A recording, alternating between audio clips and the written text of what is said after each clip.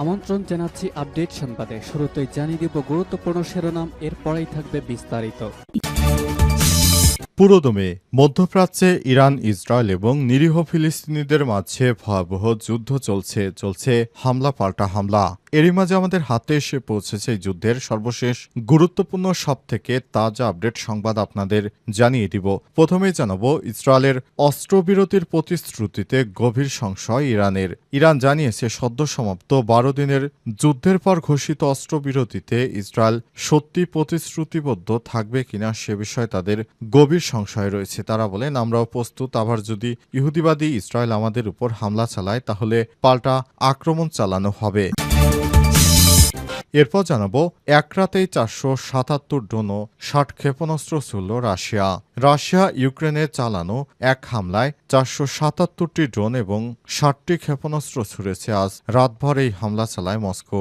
রাশিয়ার এই হামলাকে সাম্প্রতিক সপ্তাহগুলোর মধ্যে সবচেয়ে বড় এবং তীব্র হামলা বলে জানিয়েছে ইউক্রেনের সামরিক কর্মকর্তারা। রাশিয়ার এই হামলা ঠেকাতে গিয়ে ইউক্রেনের বিমান বাহিনী F-16 যুদ্ধ বিমান দুর্ঘটনার শিকার হয়েছে এবং পাইলট নিহত হয়েছে। এদিকে পাকিস্তানের জন্য $340 কোটি বাণিজ্যিক ঋণ নবায়ন করল চীন। ইসলামাবাদের জন্য $340 কোটি মার্কিন ঋণ নবায়ন করেছে। এর ফলে সাম্প্রতিক অনন্য বাণিজ্যিক এবং বহুপাক্ষিক ঋণের সঙ্গে মিলে দেশটির বৈদেশিক মুদ্রা রিজার্ভ $14 বিলিয়ন ছাড়িয়ে যাচ্ছে। পাকিস্তানের অর্থ মন্ত্রণালয়ের একটি সূত্র এই তথ্য নিশ্চিত করে খবর রয়টার্সের।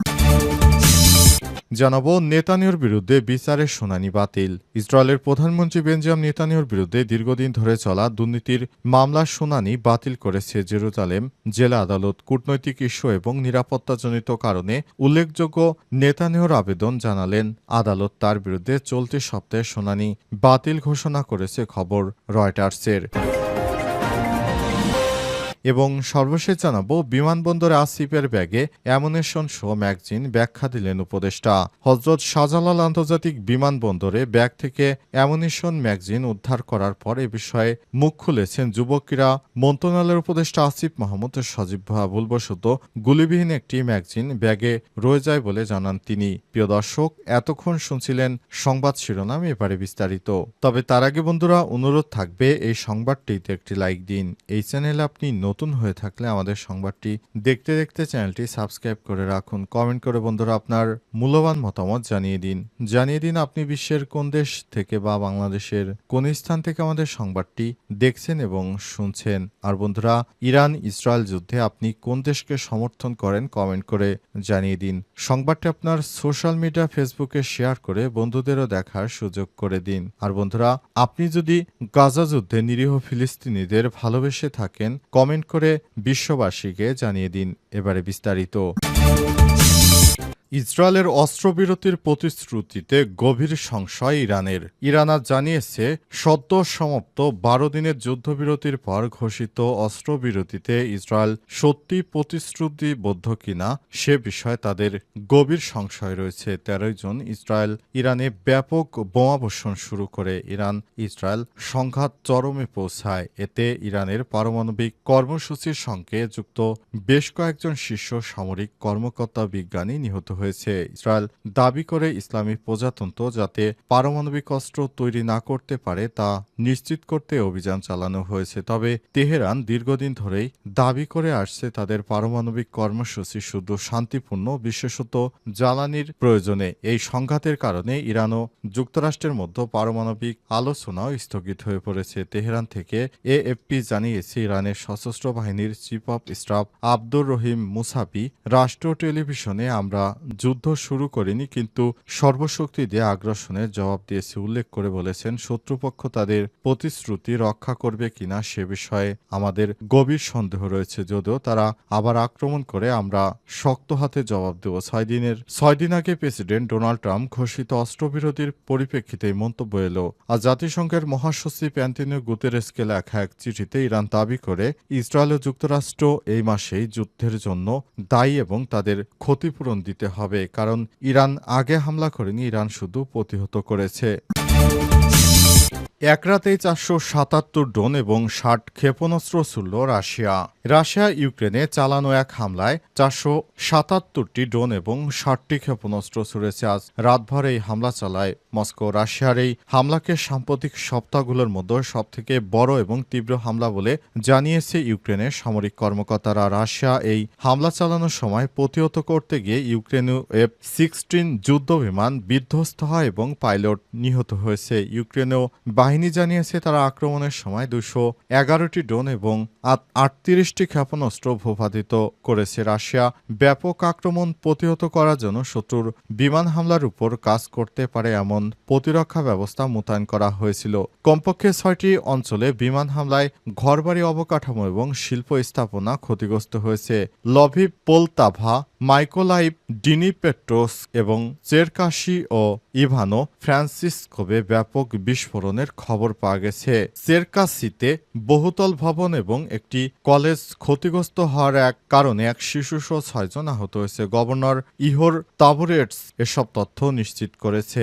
গাজা যুদ্ধ শেষ হওয়ার পর আবার ব্যাপক হারে সেখানে হামলা শুরু করেছে রাশিয়া নতুন নতুন হামলা চালিয়ে পুরো স্থাপনাকেই ধ্বংস করে দিচ্ছে। অবস্থায় দেখা যাচ্ছে চাঞ্চল্যকর অবস্থা। রাশিয়া নতুন করে হঠাৎ এই ধরনের হামলা চালানোতে দিশেহারা হয়ে পড়েছে ইউক্রেন তার সমস্ত শক্তি দিয়ে পুরো ইউক্রেনে হামলা চালায় রাশিয়া, তবে ইউক্রেনও সমস্ত শক্তি দিয়ে প্রতিহত করার চেষ্টা করছে। পাকিস্তানের জন্য $340 কোটি বাণিজ্যিক ঋণ নবায়ন করল চীন। ইসলামাবাদের জন্য $340 কোটি মার্কিন ডলারের ঋণ নবায়ন করেছে চীন। এর ফলে সাম্প্রতিক অন্যান্য বাণিজ্যিক এবং বহুপাক্ষিক ঋণের অনুমোদন দিয়েছে চীন। ঋণের সঙ্গে মিলে দেশটির বৈদেশিক মুদ্রা রিজার্ভ এখন $14 বিলিয়ন ছাড়িয়ে যাবে। আজ পাকিস্তানের অর্থ মন্ত্রণালয়ের একটি সূত্র এই তথ্য নিশ্চিত করেছে। খবর রয়টার্সের। সূত্র জানিয়েছে পাকিস্তানের কেন্দ্রীয় ব্যাংকে গত 3 বছর ধরে থাকা $2.1 বিলিয়ন $210 কোটি মেয়াদ বৃদ্ধি হয়েছে।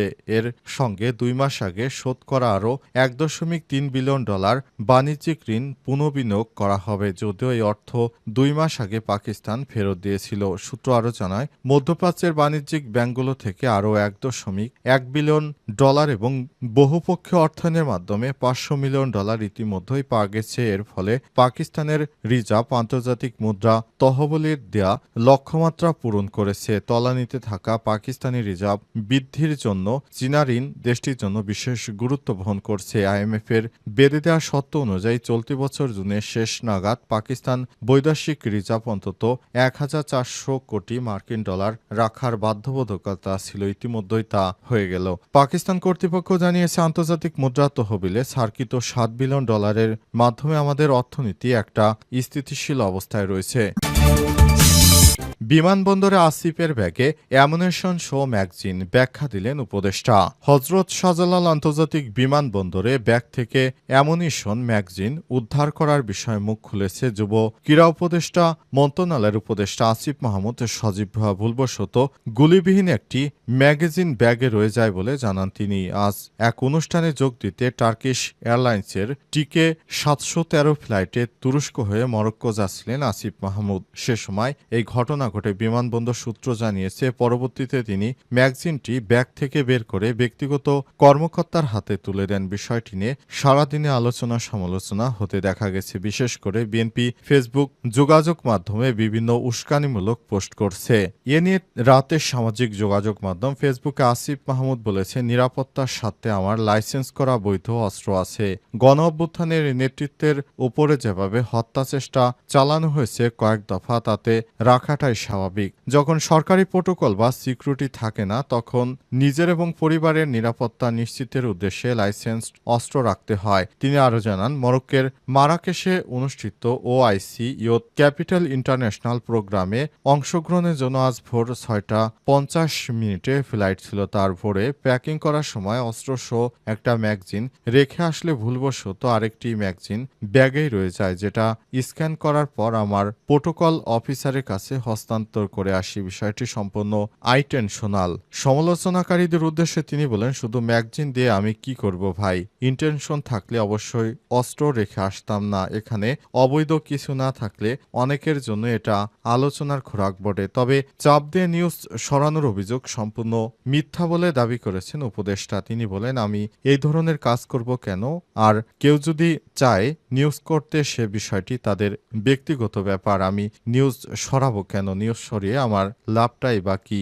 এ সময় তিনি অভিযোগ করে বলেছেন, বিশেষ একটি রাজনৈতিক গোষ্ঠী এই বিষয়টিকে তিলকে তাল বানানোর চেষ্টা করছে, কিন্তু এগুলো করে লাভ নেই। কারণ সবাই জানে যে আসলে অস্ত্রটি কি উদ্দেশ্যে ছিল, সে বিষয়টি এখন পরিষ্কার হয়ে গেছে। অতএব তাদের এই প্রোপাগান্ডা ছড়িয়ে লাভ নেই। তারা জনগণের কাছে আমার ভাবমূর্তি নষ্ট করতে চায়, সেটি তাদের ব্যক্তিগত বিষয়। জনগণ জানে আমরা কেমন। আমরা গণঅভ্যুত্থানের মাধ্যমে স্বৈরাচার সরকারকে হটিয়েছি, আর তারা এখন আমাদের পিছনে লেগেছে, সেটি তাদের ব্যর্থতা বলে মনে করেন উপদেষ্টা আসিফ মাহমুদ সজীব ভূঁইয়া।